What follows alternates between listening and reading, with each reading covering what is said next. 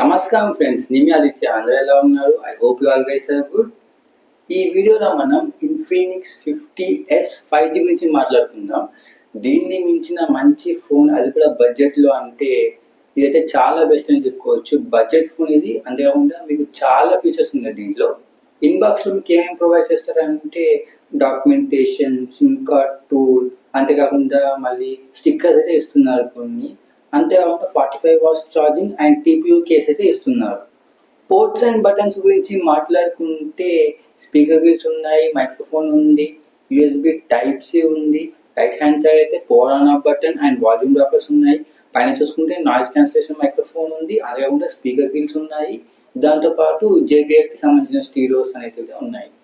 8GB plus 128GB variant ఉంది. So ఇది 4999 rupees అయితే ఉంది.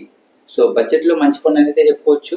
ఇప్పుడు మనం ప్రొటెక్షన్ గురించి మాట్లాడుకుంటే గొరిల్లా గ్లాస్ 5 ప్రొటెక్షన్ అయితే ఉంది దీనికి.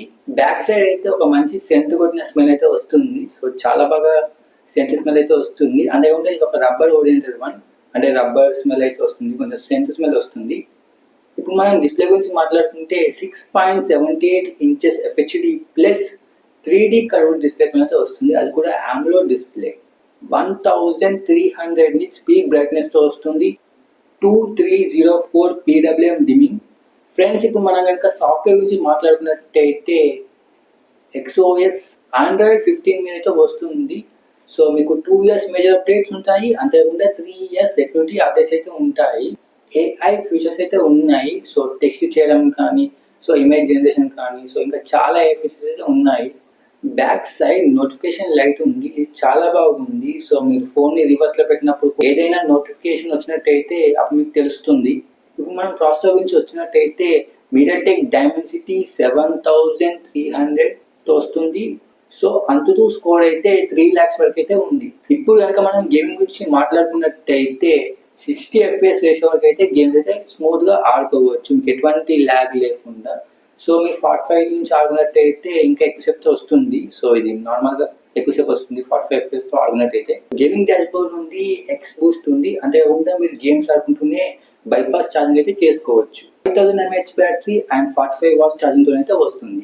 ఇప్పుడు మనం సెన్సార్స్ గురించి మాట్లాడుకున్నట్టయితే అన్ని సెన్సార్స్ అయితే ఉన్నాయి.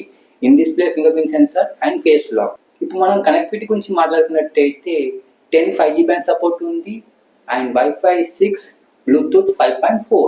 మల్టీమీడియా గురించి మాట్లాడుకున్నట్టయితే మల్టీమీడియా చాలా బాగుంది ఫ్రెండ్స్.